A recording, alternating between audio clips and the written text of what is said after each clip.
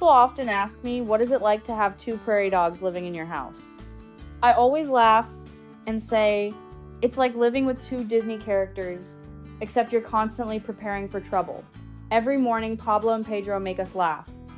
They stretch, yawn dramatically, and race around the house like they've just woken up for a brand new adventure. What no one would guess is that these two adorable little guys were once so timid that they probably wouldn't have survived if they had been released back into the wild.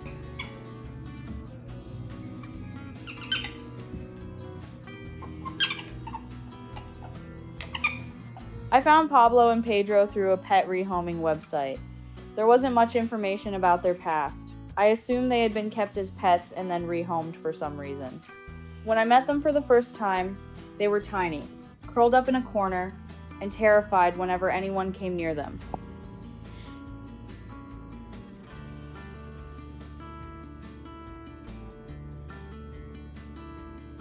Looking into their eyes, I realized that if they were released into the wild now, they wouldn't know how to survive.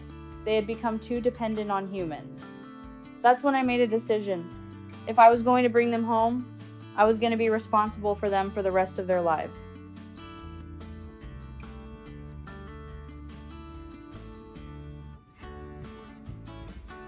I spent months researching everything I could about prairie dogs.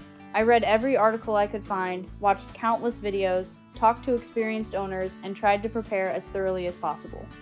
I knew they weren't ordinary pets. If I cared for them the wrong way, both they and I would struggle.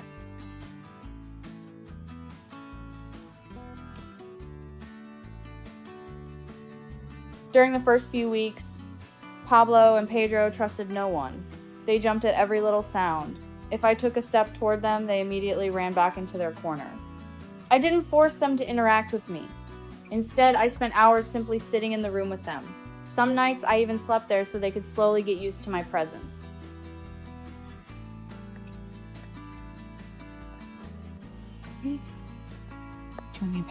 Little by little, something amazing happened.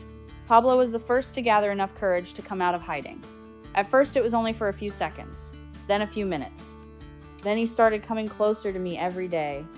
I think once Pedro saw that Pablo wasn't afraid anymore, he began to realize I wasn't a threat either. From that point on, both of them started to open up.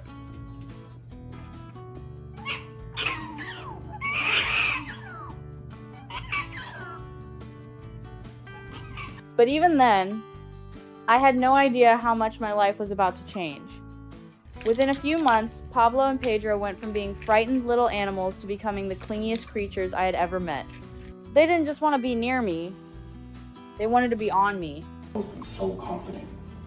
Just never questioned anything that he's done. And all his success has been based on him trusting in him. Every time I sat down, both of them climbed into my lap.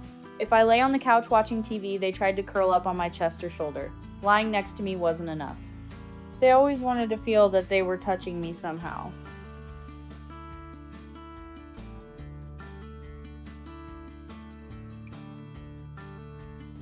Every morning became a hilarious greeting ritual. Pablo and Pedro would yawn, stretch, and sprint around the house like two kids who had just been let loose at a playground. Within minutes, they were exploring every corner as if they had never seen it before.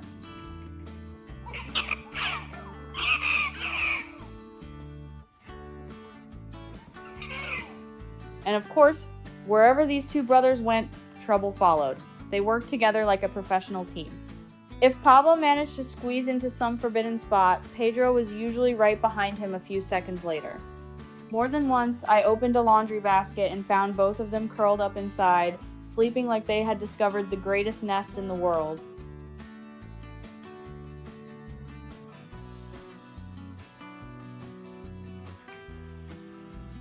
After every little adventure, they would run back to me, climb up my legs, and demand pets. If I stopped scratching them for even a few seconds, they would keep climbing as if to say, "Excuse me, we're not done yet." Moments like that made us joke that we were living with real-life Disney characters.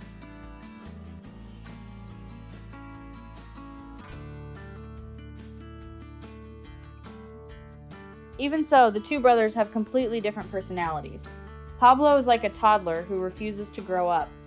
The moment he hears me getting ready to go outside, he starts running circles around the house like an excited dog about to go for a walk. Pedro is the exact opposite. He's much quieter and tends to follow me from room to room. But no matter how different they are, they're always a team. One starts the trouble, and the other immediately joins in.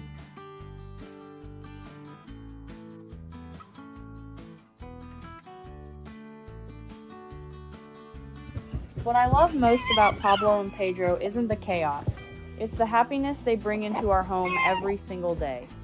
It's hard to wake up in a bad mood when two tiny faces are already staring at you with excitement. They fill the house with laughter.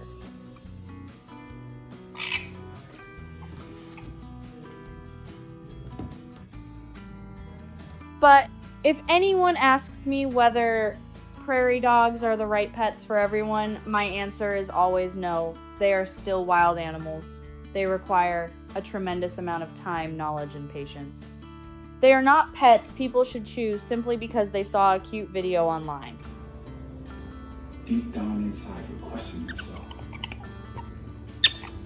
You have to forgive that kid. I don't regret choosing Pablo and Pedro for a second. But before adopting any exotic animal, I always encourage people to do thorough research and talk to professionals. When you bring an animal into your home, you're not just getting a pet. You're accepting responsibility for an entire life. And for me, Pablo and Pedro have brought more laughter, more love, and more meaning into my life than I ever could have imagined.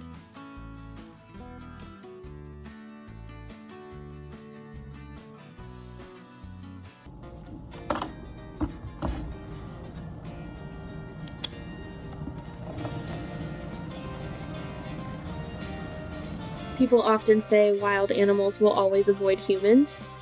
I used to believe that too, until one morning I opened my curtains and found a tiny groundhog sitting on my front steps, staring through the window as if he was waiting for me to wake up. I thought it was just a coincidence. But he came back the next morning, and the morning after that. 4 years later, he was still showing up at my door.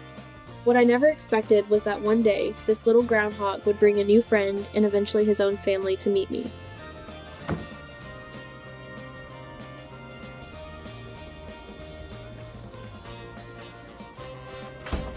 The first time I saw him, he was just a baby groundhog. He stood on the steps with his head tilted, quietly studying everything inside my house. Sometimes he would sit there for 20 or 30 minutes, simply watching through the glass as if he were trying to understand the human world.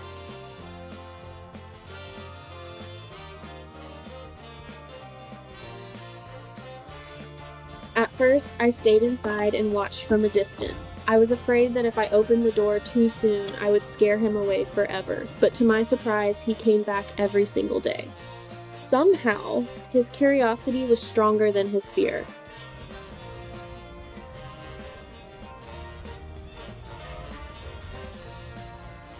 One morning, I finally placed a little food on the front steps and stepped back. He slowly inched forward, carefully checking his surroundings before taking his first bite.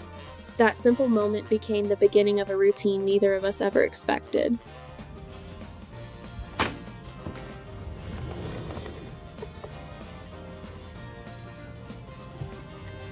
I started calling him Cutie because the name fit him perfectly. Before long, Cutie learned that my front steps were a place where good things always happened.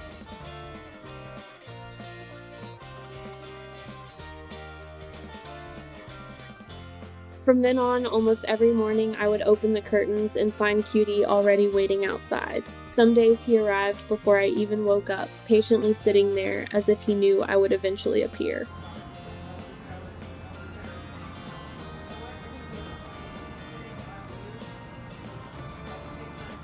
As time passed, I discovered Cutie had very strong opinions about food. Bananas were easily his favorite. If I brought out something else, he'd sniff it, then look up at me with an expression that seemed to say, "Really? No bananas today?" It always made me laugh. I never imagined a wild animal could have so much personality.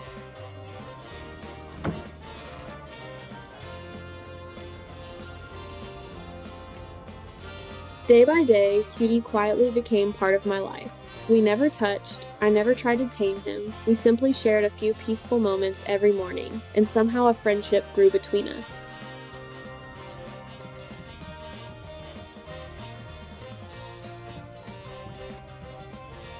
One year passed, then 2, then 3. By the 4th year, Cutie was still faithfully returning to the exact same front steps. The tiny baby groundhog I first met had grown into a healthy adult, but one thing never changed: he always remembered where to come back.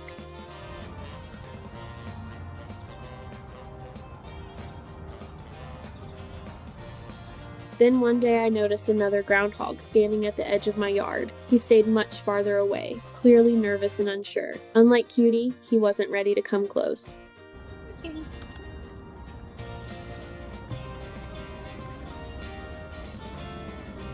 What fascinated me was watching Cutie lead the way. After seeing Cutie calmly walk onto the porch and eat without any danger, the newcomer slowly gathered enough courage to move a little closer each day.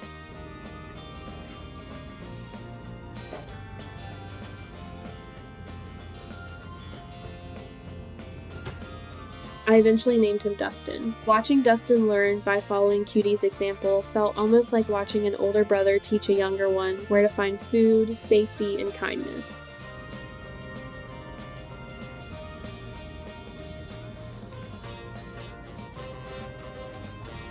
Before long, Dustin became a regular visitor too. Most mornings I'd find the two of them waiting together on the steps, patiently expecting breakfast, as if it had become part of their daily schedule.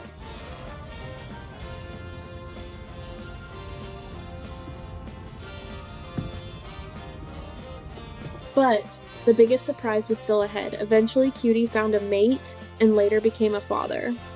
Every now and then, I'd catch sight of tiny young groundhogs running across the yard, and I couldn't help wondering if they were Cutie's babies.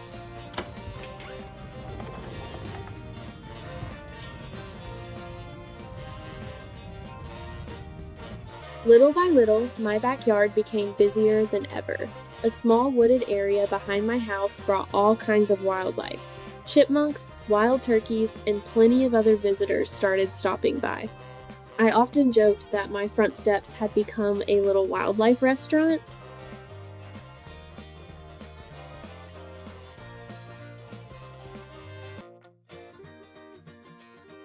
The part that touches me the most is knowing that Cutie has an entire forest where he could spend his days, yet he still chooses to come back. He's not trapped, he's not dependent on me. He's completely free, and after all these years, he still decides to stop by and visit an old friend every morning.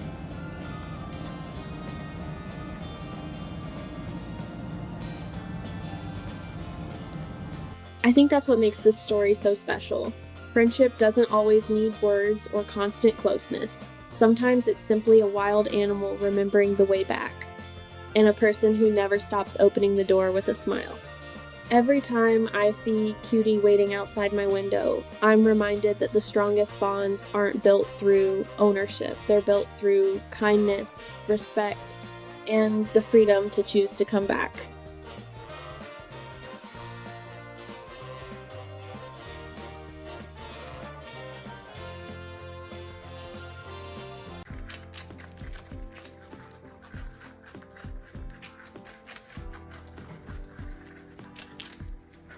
If someone had told me a few years ago that one day 3 groundhogs would be running across my yard after me like little puppies, I probably would have laughed.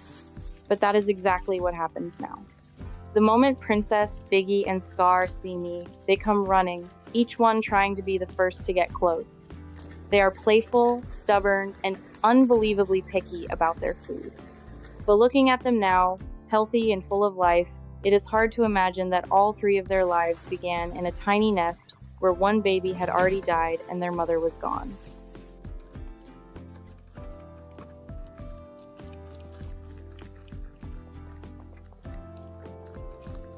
It all started when we discovered a small nest in our yard. Inside were several tiny baby groundhogs, far too young to take care of themselves. At first, we hoped their mother was simply out looking for food and would come back. But as we waited, something began to feel wrong.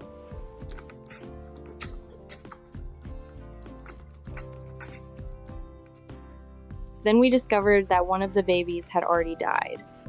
Not long after that, we found their mother dead in the yard. Suddenly, the 3 babies who were still alive had lost the one animal they depended on most. They were too young to find food, too weak to protect themselves, and completely dependent on a mother who was never coming back.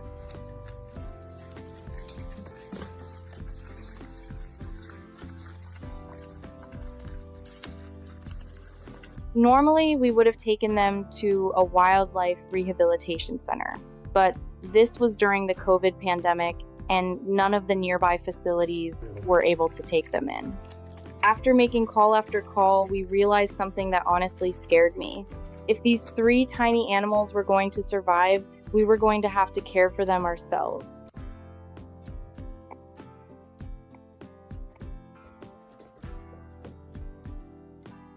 To be honest, I had no idea what I was doing. The first thing I thought to do was drive to a farm supply store and buy kitten milk replacer. I came home with small syringes and started feeding them one at a time. Every feeding made me nervous. They were so tiny and fragile that I was constantly afraid I might do something wrong.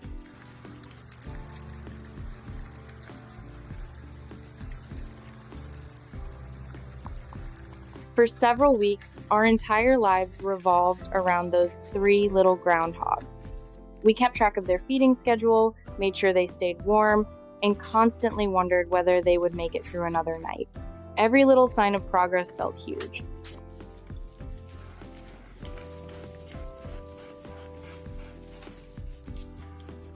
Then they started getting bigger. The syringes were replaced with bottles, and feeding became much easier. That was also when their individual personalities started to show. I quickly realized that even though they had come from the same little nest, these 3 groundhogs could not have been more different.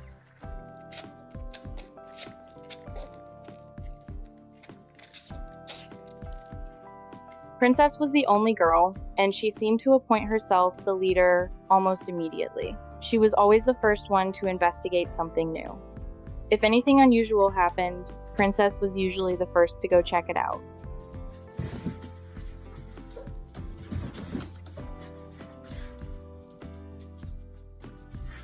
Biggie was completely different. He was gentle, laid back, and perfectly happy spending hours stretched out in the sunshine. But Biggie carried a scar on his stomach that we would never forget. It was a reminder of whatever had attacked their nest that night. One baby had already died, and Biggie had come dangerously close to dying too. Every time I see that scar, I remember just how close we came to losing him.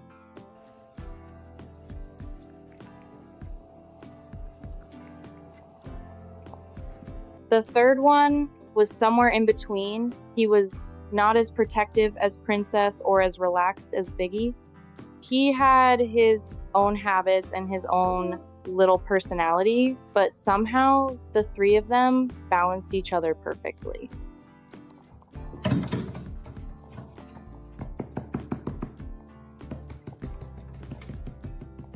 Then one day, I realized they no longer felt like little animals we were simply trying to rescue. They knew who I was.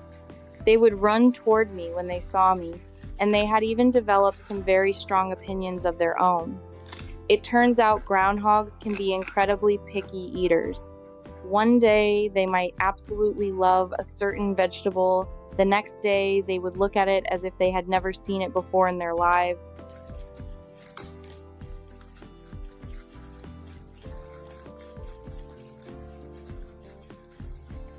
If the vegetables were not fresh enough, they simply refused to eat them. Give them a slightly wilted piece of lettuce, and they might drop it straight onto the ground and stare at me like I had personally offended them. They can be stubborn enough to drive me crazy sometimes. But then I see the 3 of them curled up together at night, and everything suddenly feels peaceful again.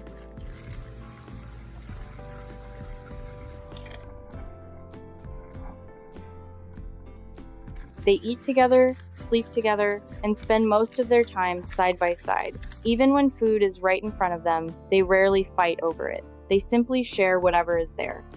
Watching the way they cared for one another, I sometimes forget that their story began in a little nest where they lost both their mother and one of their siblings.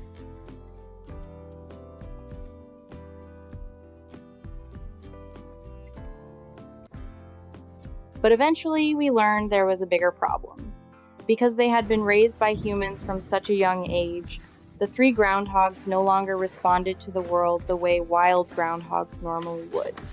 They had become too comfortable around people and too dependent on human care. Their chances of surviving completely on their own in the wild were very low.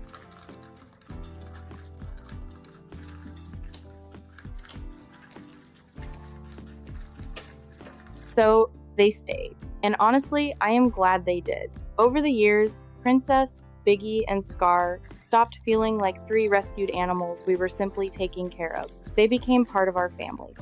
Their routines became part of ours. Their funny little personalities became things we looked forward to every day.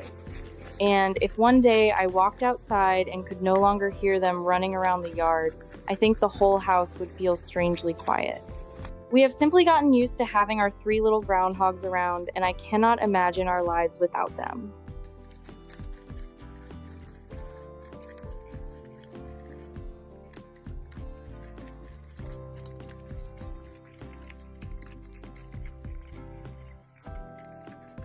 It's crazy they could stand up.